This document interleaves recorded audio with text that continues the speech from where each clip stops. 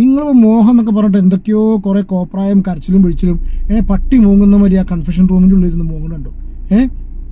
അതേ അതിനേക്കാളും കൂടുതൽ ഒരു അവസ്ഥയിലായിരിക്കില്ല സിജോ പറഞ്ഞ ചെറുപ്പക്കാരൻ നിൽക്കുന്നത്. അയാൾ എന്താ നിങ്ങളോട് ചെയ്ത് പ്രൊവോക്ക് ചെയ്തോ? അത് മാത്രമേ അയാൾ ചെയ്തിട്ടുള്ളൂ. ആ ഒരൊറ്റ കാര്യത്തിൻ്റെ പേരിൽ ഇങ്ങനെ ഒരാളെ മോന്തടിച്ച് പൊളിക്കാൻ പാടോ? സത്യം പറഞ്ഞാൽ സിജോ അതിൻ്റെ ഉള്ളിൽ ഇരിക്കുന്ന സിറ്റുവേഷൻ കണ്ട സമയത്ത് എനിക്ക് പറയാൻ തോന്നിപ്പോയി. പറയാതിരിക്കാൻ വയ്യ. അയാളെ കരിയർ എന്തായിരിക്കും ഇനി? അയാളെ കരിയറല്ല, അയാളെ ബിഗ് ബോസ്. അയാൾ അത്രയും മോഹിച്ചിട്ടല്ല ബിഗ് ബോസിൽ വന്നിട്ടുള്ളത്. താടിയെല്ലാം കിടികൊണ്ട് താടിയിൽ പൊട്ടി ഇറങ്ങി കഴിഞ്ഞാൽ അയാൾക്ക് ഇനി ഏതെങ്കിലും മത്സരത്തിൽ പങ്കെടുക്കാം. അതെ നല്ല അടിപൊളി ഗെയിമായിരുന്നു. നിങ്ങളെല്ലാം കണ്ടതാണല്ലോ അല്ലേ. പക്ഷേ എങ്കിൽ ഞാൻ വലിയൊരു ഗെയിമറൊന്നും അല്ലാത്തതുകൊണ്ട് എനിക്ക് ഗെയിം കളിക്കാനൊന്നും പറ്റിയില്ല. അപ്പോൾ ഞാൻ എങ്ങനെയാണോ പുറത്ത് അതുപോലെയാണ് അവിടെ നിന്നത്. ഒരു കാര്യം ഞാൻ കയറിയപ്പോൾ പറഞ്ഞതുപോലെ തന്നെ അച്ചമില്ലേ അച്ചം എൻപതില്ലയേ, ഇച്ച കൊണ്ട പോരിലെല്ലാം തോற்று വിട്ട പോതിലും അച്ചമില്ലേ അച്ചം എൻപതില്ലയേ, ഉച്ച മീത് വാണിടുന്ന് വീഴുകിன்ற പോതിലും അച്ചമില്ലേ അച്ചം എൻപതില്ലയേ. എനിക്ക് പേടിയൊന്നുമില്ല. പിന്നെന്ന് വെച്ച് കഴിഞ്ഞാൽ റോക്കി കരഞ്ഞ് മെഴുകി എന്നൊക്കെ പറഞ്ഞിട്ടുള്ള സംഭവം കാണുന്നുണ്ട്. ഞാൻ കരഞ്ഞതെന്ന് വെച്ച് കഴിഞ്ഞാൽ 2 കാര്യങ്ങൾ കൊണ്ടാണ് ഞാൻ കരഞ്ഞത്. ഒന്നാമത്തെ കാര്യം എന്ന് വെച്ച് കഴിഞ്ഞാൽ ഞാൻ 6 വർഷം കാത്തിരുന്ന് എനിക്ക് കിട്ടിയ ഒരു അവസരം എനിക്ക് മിസ്സായി. അത് ഒരാളിൻ്റെ ആക്ട് കൊണ്ടോ ഒരാളുടെ ആക്ഷൻ കൊണ്ടോ എൻ്റെ റിയാക്ഷൻ എവിടെയോ പോയി എനിക്ക് മിസ്സായി. അതോർത്തിട്ട് ഞാൻ കരഞ്ഞു. രണ്ടാമത്തെ കാര്യം എന്ന് വെച്ച് കഴിഞ്ഞാൽ ഒരു ദിവസം ഞാൻ സിജോയെ എൻ്റെ ഒരു ഫ്രണ്ടായിട്ട് കണ്ടു. അങ്ങനെ ഒരാളിനെ പുറത്ത് കൈവയ്ക്കേണ്ടി വന്നതിലുള്ള വിഷമം കൊണ്ടും, അതുമല്ല അയാൾക്കും വീട്ടിൽ അമ്മയുണ്ട്, അച്ഛനുണ്ട്, കൂട്ടുകാരുണ്ട്, അയാളെ സ്നേഹിക്കുന്ന ഒരുപാട് ആൾക്കാരുണ്ട്. അവരെ ഓർത്തിട്ടുമാണ് റോക്കി കരഞ്ഞത്. അല്ലാതെ റോക്കി പേടിച്ചിട്ട് കരഞ്ഞതല്ല. റോക്കി അന്നും ഇന്നും എന്നും എവിടെയും ഒറ്റയ്ക്ക് പോയി ഒറ്റയ്ക്ക് കളിച്ച് ഒറ്റയ്ക്ക് ജയിച്ചു വരാൻ വേണ്ടിയിട്ട് റോക്കിക്ക് ആരെയും പേടിക്കേണ്ട കാര്യമില്ല. റോക്കി എങ്ങനെയാണ് ഇവിടെ അതുപോലെയാണ് അവിടെ. പിന്നെ സിനിമയിലെ റോക്കി ആണെന്നുണ്ടെങ്കിൽ സ്റ്റാർട്ട് ആക്ഷൻ ക്യാമറ പറയുമ്പോഴത്തേക്ക് ആക്ഷൻ കാണിക്കും, കട്ട് പറയുമ്പോൾ കട്ടാവും. റിയൽ റോക്കിക്ക് സ്റ്റാർട്ട് ക്യാമറ ആക്ഷൻ ഒന്നും വേണ്ട. Always Rocky going on action.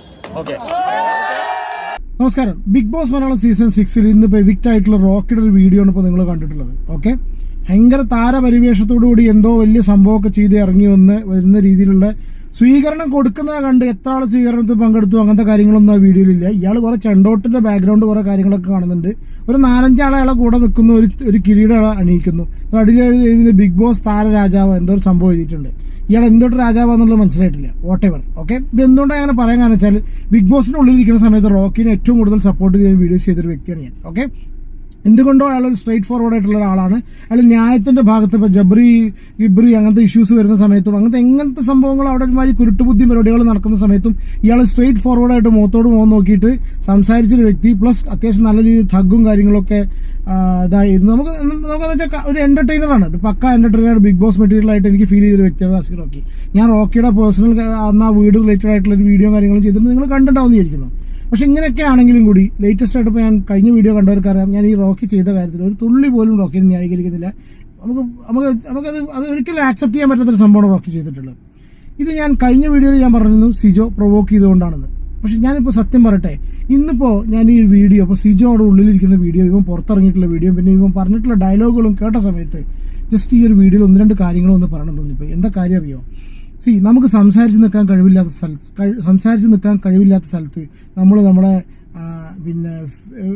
നമ്മുടെ ഫിസിക്കൽ ഇത് ഉപയോഗിക്കുക എന്ന് പറഞ്ഞിട്ടുണ്ടെങ്കിൽ ഏറ്റവും വലിയ ഭീരുക്കളാണ് അത് ചെയ്യുക. ഓക്കെ, ഞാൻ ഇതിനു മുന്നേ പറഞ്ഞാലും വീണ്ടും പറയുന്നില്ല. പക്ഷെ പ്രൊവോക്ക് ചെയ്യുന്ന സമയത്ത് പ്രൊവോക്ക് ചെയ്യപ്പെടേണ്ട ആവശ്യമില്ലായിരുന്നു. അയാളുടെ കരിയറും കാര്യങ്ങളൊക്കെ നശിപ്പിച്ച് ഇയാൾ അതിൻ്റെ ഉള്ളിൽ പോയി കരയണ സംഭവം കണ്ടു. പുറത്തിറങ്ങിയതിനു ശേഷം ഇയാൾ 2 കാര്യം പറഞ്ഞു. ഒന്ന് അയാളുടെ എത്രയും കാലത്തെ ഹാർഡ് വർക്ക്, രണ്ടാമത് സിജോന്റെ പേരൻസ് പറഞ്ഞു.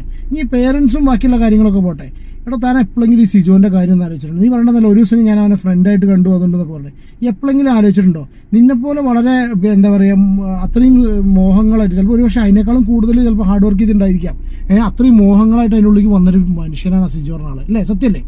ആ ചെറുപ്പക്കാരുണ്ടാവുമല്ലോ മോഹങ്ങൾ. എന്ത് കുറ്റം ചെയ്തിട്ടാണോ നീ അയാളെ മുഖമൊക്കെ അടിച്ച് പൊളിക്കുന്നതിനുള്ളിൽ ഇട്ടിട്ട്?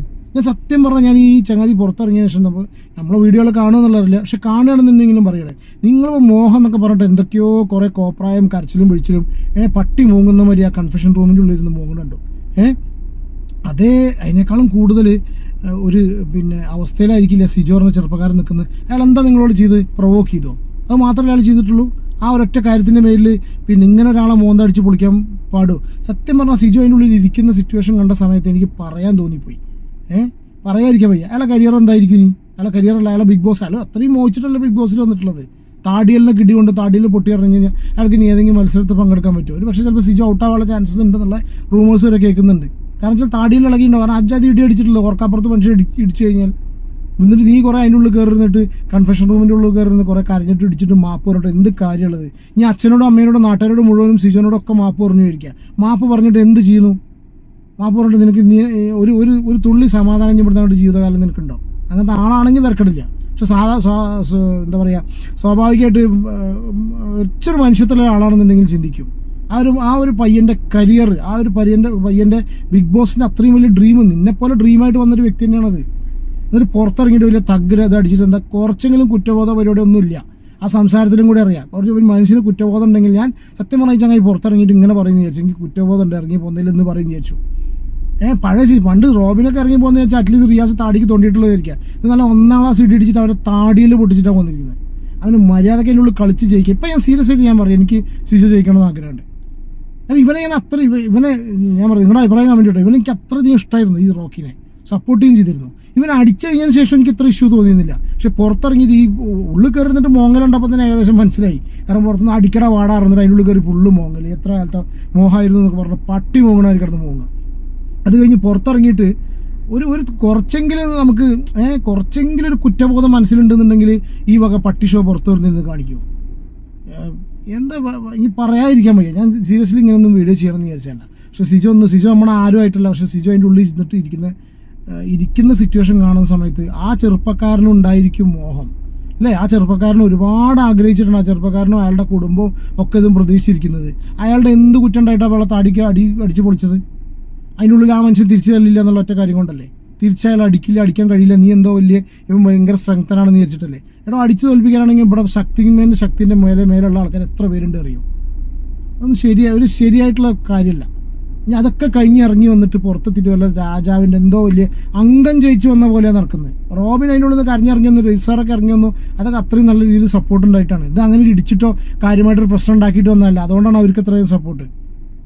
മനസ്സിലായോ? അല്ലാണ്ട് ഇടിച്ചിട്ട് വന്നു കഴിഞ്ഞാലൊന്നും ഒരു മനുഷ്യനും സപ്പോർട്ട് ചെയ്യില്ല. ഒരു മനുഷ്യനും സപ്പോർട്ട് ചെയ്യില്ല. ഇനി ആരെങ്കിലും ഇതിനൊക്കെ സപ്പോർട്ട് ചെയ്യുന്ന വെച്ചാൽ അവർ അത്രയും പെരട്ടുകളാണെന്നേ പറയുള്ളൂ, അത്രയും എരപ്പന്മാരെന്നേ പറയുള്ളൂ. ഒരു മനുഷ്യന് അത്രയും ഒരു മനുഷ്യത്വം ഉണ്ട്. എന്നാൽ പുറത്തിറങ്ങിയിട്ട് മീഡിയയോട് സംസാരിച്ച് സിജോനോട് ഞാൻ നിന്റെ കരിയർ, നിന്റെ മോഹങ്ങളെ നശിപ്പിച്ചല്ലോ, അതിന് ഞാൻ നിന്നോട് മാപ്പ് പറയണമെന്ന് പകരം അതിന് പറയുന്നതിന് പകരം ഈ അഹങ്കാരത്തോട് പെരുമാറണം. ഇവിടെ മുകളിലൊരാൾ ഇന്ന് കാണുന്നുണ്ട്, അത് മനസ്സിലാക്കി. അത് മനസ്സിലാക്കിയ നിന്ന ആൾക്കാർക്ക് ദൈവം എന്ന് പറഞ്ഞൊരു വ്യക്തിൻ്റെ മുകളിൽ ഈ വലിയ റിയൽ ലൈഫിൽ ചിലപ്പോൾ കണ്ടൊക്കെ ആയിരിക്കാം ഒരു പക്ഷെ എന്താണെന്നുണ്ടെങ്കിലും ദൈവം എന്ന് പറഞ്ഞൊരു വ്യക്തിയുണ്ട്. ആ ഒരാളുടെ ആവശ്യമില്ലാതെയാണ് മനുഷ്യന് സംസാരിക്കാൻ എവിടെയാണോ അവനാണ് എന്താ പറയുക പ്രൊവോക്ക് ചെയ്ത് സംഗതി. പക്ഷെ അത് ഗെയിമിൻ്റെ ഭാഗമായിട്ട് കാണാം. അത് ഗെയിമാണ്, ഇതൊരു ഗെയിമാണ് മനസ്സിലാക്കണം. റിയാലിറ്റിയും ഗെയിമും രണ്ടും ഡിഫറെൻ്റാണ്. ഇത് മനസ്സിലാക്കാനും കൂടി ഇല്ലാത്ത ആൾക്കാരാണ് ഇവിടുന്ന് ബിഗ് ബോസിക്ക് വലിയ കെട്ടി പോയിരിക്കുന്നത്.